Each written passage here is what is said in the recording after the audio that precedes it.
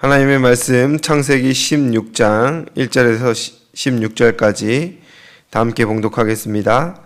아브라함의 아내 사레는 출산하지 못하였고 그에게 한 여종이 있으니 애굽 사람이요 이름은 하갈이라. 사레가 아브라함에게 이르되 여호와께서 내 출산을 허락하지 아니하셨으니 원하건대 내 여종에게 들어가라. 내가 혹 그로 말미암아 자녀를 얻을까 하노라 하매 아브라함이 사레의 말을 들으니라. 아브라함의 아내 사레가 그 여종 애굽 사람 하갈을 데려다가 그 남편 아브라함에게 첩으로 준 때는 아브라함이 가나안 땅에 거주한 지 10년 후였더라. 아브라함이 하갈과 동침하였더니 하갈이 임신함에 그가 자기의 임신함을 알고 그의 여주인을 멸시한지라. 사레가 아브라함에게 이르되 내가 받은 모욕은 당신이 받아야 옳도다. 내가 나의 여종을 당신의 품에 두었거늘 그가 자기의 임신함을 알고 나를 멸시하니 당신과 나 사이에 여호와께서 판단하시기를 원하노라.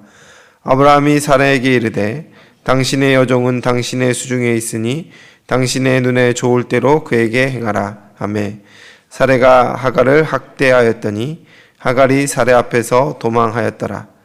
여호와의 사자가 광야의 샘물 곁 곧 술길 샘 곁에서 그를 만나 이르되 사레의 여종 하갈아 내가 어디서 왔으며 어디로 가느냐. 그가 이르되 나는 내 여주인 사레를 피하여 도망하나이다.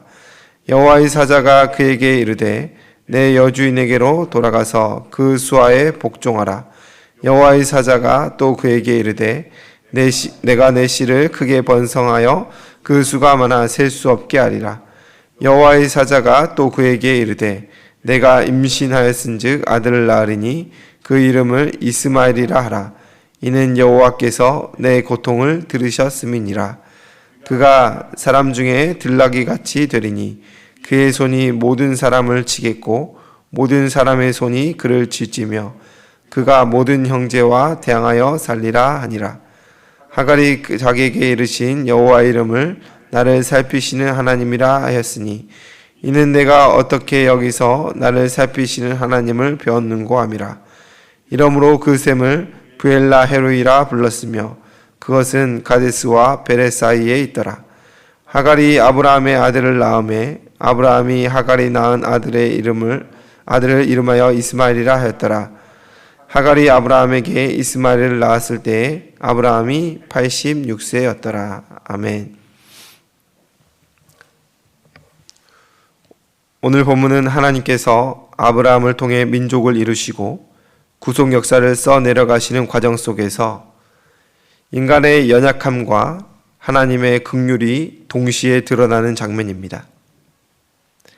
아브라함과 이삭, 야곱으로 이어지는 구속 역사의 측면으로 보면 오늘 본문은 사실 불필요해 보이기까지 합니다. 그러나 성경은 이 사건을 상세히 기록함으로써 여러 영적 메시지를 우리에게 던지고 있습니다. 하나님은 아브라함을 부르시며 그에게 분명한 약속을 주셨습니다. 그것은 바로 아들을 주시겠다는 약속, 그 아들로 큰 민족을 이루겠다라는 약속, 그리고 그를 통하여 복의 근원이 되게 하시겠다라는 약속이었습니다. 이는 단순히 아브라함 개인의 성공이나 번영을 말하는 것이 아니라 이스라엘 민족의 구원, 더 나아가 예수 그리스도를 통한 전 인류의 구속사를 시작하는 출발점이라 할 수 있겠습니다. 아브라함은 이 약속을 믿고 본토 친척 아비의 집을 떠났다 성경은 말합니다. 믿음의 결단이었지요. 그러나 이 약속을 붙들고 산다고 해서 그 인생이 곧바로 순탄해지는 것은 아니었습니다. 아들은 쉽게 생기지 않았고 기다림은 길어졌습니다. 믿음의 사람이라 불린 아브라함도 그의 아내 사레도 기다림 앞에서 흔들리고 지쳐가고 있었습니다. 결국 먼저 지친 사레가 자신의 방법을 선택합니다. 자신이 아이를 낳지 못하자 여종 하갈을 아브라함에게 들여보냅니다. 당시 문화적으로 허용된 일이었을지는 모르겠지만 이는 하나님의 약속을 신뢰하지 못하고 인간적인 방법으로 문제를 해결하려는 선택이었습니다. 믿음으로 시작하였지만 조급함으로 그 약속을 앞당기려 하였던 것이지요. 그 결과 하갈은 임신했고 이로 인해 자신의 주인 사레를 멸시하게 됩니다. 사레는 분노하여 아브라함에게 책임을 돌리고 아브라함은 그 갈등 앞에서 그 화를 다시 하갈에게로 돌립니다. 그 결과 가장 약한 존재였던 하갈이 학대를 받게 되었고 임신한 몸으로 광야로 도망하게 됩니다. 이는 하갈의 잘못에서 시작된 것이기도 하지만 앞서 아브라함과 사레의 조급함으로 인한 결과였습니다. 약속에 대한 불신과 책임 회피가 고스란히 하갈에게, 이 연약한 여인에게 돌아가게 된 것이었습니다. 아브라함과 사레는 하갈을 버렸지만 하나님은 이 하갈을 버리지 않았습니다. 광야 한가운데서 여호와의 사자가 하갈을 찾아옵니다. 여호와의 사자는 성경에서 아무 때나 나타나지 않습니다. 특별한 하나님의 개입이 필요할 때, 중요한 구속 역사의 전환점이 있을 때 등장하지요. 그런데 지금 그 대상이 누구입니까? 왕도 아니고 선지자도 아니며 언약의 주인공도 아닌, 어떻게 보면 인간 사회에서도 가장 낮고 비천한 여종 하갈에게 여호와의 사자가 나타났다라는 것은 매우 특별한 것입니다. 여호와의 사자는 먼저 질문합니다. 하갈아, 내가 어디서 왔으며 어디로 가느냐? 이 질문은 정보를 얻기 위한 질문이 아니지요. 하갈이 누구이며 지금 어떤 상태에 있는지를 스스로 돌아보며 직면하게 하시는 질문이었습니다. 하나님은 하갈의 도망을 책망하기보다 그의 인생을 살피시고 친히 대면해 주시며 그의 마음을 만져주시는 것입니다. 그리고 하나님은 하갈에게 두 가지 말씀을 주십니다. 첫 번째는 사라에게로 돌아가서 다시 복종하라는 것입니다. 이는 다시 돌아가 종살이하라는 저주가 아니라 깨진 관계를 회복하라는 하나님의 개입입니다. 하갈의 교만과 사레의 분노로 이 관계가 완전히 깨어지고 무너진 질서를 하나님께서 다시 세우시는 것입니다. 하나님은 혼란을 방치하지 않으시고 회복의 길을 제시하는 분이라는 것을 말씀을 통해 우리에게 보여줍니다. 두 번째는 뱃속의 아이에 대한 약속입니다. 하나님은 그 아이가 큰 민족을 이룰 것이라 말씀하시며 그의 이름을 이스마엘이라 하십니다. 그 뜻은 하나님이 들으셨다입니다. 하갈의 신음, 말 못할 두려움, 홀로 감당해야 될 출산과 미래에 대한 염려를 하나님께서 들으셨다라는 선언입니다. 이것은 단순한 위로가 아니라 하나님의 약속이며 보증이지요. 비록 이스마엘은 언약의 계보를 잇는 아들은 아니지만 하나님은 그의 생명을 가볍게 여기지 않으셨습니다. 인간의 불순종으로 생겨난 존재라 할지라도 하나님은 그 고통을 외면하지 않으셨습니다. 이것이 하나님의 긍휼입니다. 광야에서 이 말씀을 들은 하갈은 하나님을 향하여 이렇게 고백합니다. 나를 살피시는 하나님, 나를 감찰하시는 하나님. 그리고 그 셈의 이름을 브엘라 헤로이라 부르지요. 나를 보시는 살아계신 하나님의 우물이라는 뜻입니다. 하갈은 자신이 본 하나님보다 자기를 더 특별하게 보신 하나님을 크게 기억하였습니다.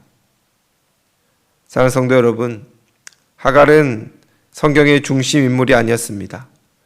약속의 주인공도 아니고 실수와 불순종의 결과로 등장한 인물이었지요. 그러나 하나님은 그러한 인생도 살피십니다. 하나님이 주목하는 인생은 특별해야, 남달라야, 비범해야 그렇게 쳐다보시는 것이 아니라 하나님께 속한 모든 자를 주목하시며 기억하신다라는 것을 오늘 꼭 기억하시길 소원합니다. 광야에서 임신한 여인이 할 수 있는 것이 무엇입니까? 다만 주저앉아 울부짖는 것밖에 없었습니다. 우리도 마찬가지입니다. 우리의 힘으로 아무것도 할 수 없을 때, 우리의 힘으로 무엇도 이룰 수 없을 때 그저 주저앉아 하나님을 향하여 신음한다면 하나님 그 신음을 결코 외면하지 않으신다라는 것입니다. 오늘 하갈의 눈물을 보신 하나님께서 우리의 애통함과 눈물도 보신다라는 것을 꼭 기억하시길 바랍니다. 혹시 지금 성도 여러분들의 삶 가운데 광야에 서 계신 분은 없으십니까? 기도에도 응답이 없는 것 같고 하나님은 나를 주목하지 않는 것 같고 멀리 계신 것처럼 느껴지십니까? 본문은 우리에게 분명히 말합니다. 하나님은 살아계시며 우리의 신음과 고통을 들으시는 분이시라는 것입니다. 이제 말씀을 맺겠습니다. 하갈에게서 브엘라 헤로이는 평생 지울 수 없는 은혜의 기억이었습니다. 우리의 인생에도 하나님께서 내가 너를 보고 있다, 내가 너를 감찰하고 있다라고 말씀하시는 브엘라 헤로이의 자리가 생겨나기를 소망합니다. 오늘 이 새벽에 우리를 살피시는 하나님을 신뢰하며 다시 그분 앞에 나아가는 시간 되시기를 주님의 이름으로 축원합니다. 기도하겠습니다. 사랑과 은혜가 풍성하신 하나님 아버지, 오늘 말씀 앞에 나아갑니다. 우리 하나님을 믿고 신뢰하며 매일의 삶을 살아간다 하지만 어느 순간 우리의 생각대로, 우리의 계획대로, 우리의 의지대로 살아가는 우리 자신을 발견하게 됩니다. 우리의 불순종의 마음과 흔들리는 하나님을 향한 신뢰 앞에서 하나님 우리를 기억하여 주시고 하갈처럼 우리를 향하여 살피시고 주목하여 주시옵소서. 마음이 막막하고 일이 풀리지 않고 하나님보다 더 커 보이는 문제 앞에서 우리는 할 수 있는 것이 없습니다. 하갈이 주저앉아 다만 신음하였을 때 그를 찾아오신 것처럼 우리에게도 찾아와 말씀하여 주시옵소서. 우리를 감찰하시고 살피시는 하나님이 살아계시다라는 것을 매일의 호흡 속에서 기억할 수 있도록 은혜 더하여 주시옵소서. 우리 향상교회를 사랑하여 주시고 향상교회의 모든 가정과 목장과 하나님 모든 개인 가운데 수많은 기도의 제목들이 있습니다. 먼저는 기도로 엎드리는 향상교회 되게 하여 주시고 하나님 앞에 함께 기도할 때에 하나님이 주목하시고 하늘의 역사를 경험하게 하여 주시옵소서. 이 새벽에 주 앞에 나오는 많은 성도님들이 있습니다.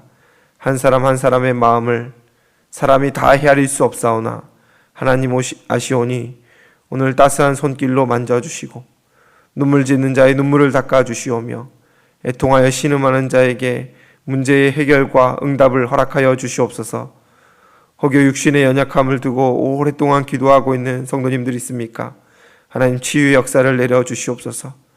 관계의 문제로 풀리지 않는 시간과 씨름하는 성도님들이 있습니까? 하나님 그리스도의 화평과 은혜가 충만케 하여 주시옵소서. 자녀의 문제로, 부모님의 문제로, 하나님 사람은 알 수 없는 그 고통의 문제로 주 앞에 내어놓는 성도님들의 마음을 친히 헤아려 주셔서 하나님께서 모든 것 가운데 전능하심을 경험할 수 있도록 역사하여 주시옵소서. 주님께 모든 걸 맡겨드립니다. 감사드리며 예수님의 이름으로 기도드리옵나이다. 아멘.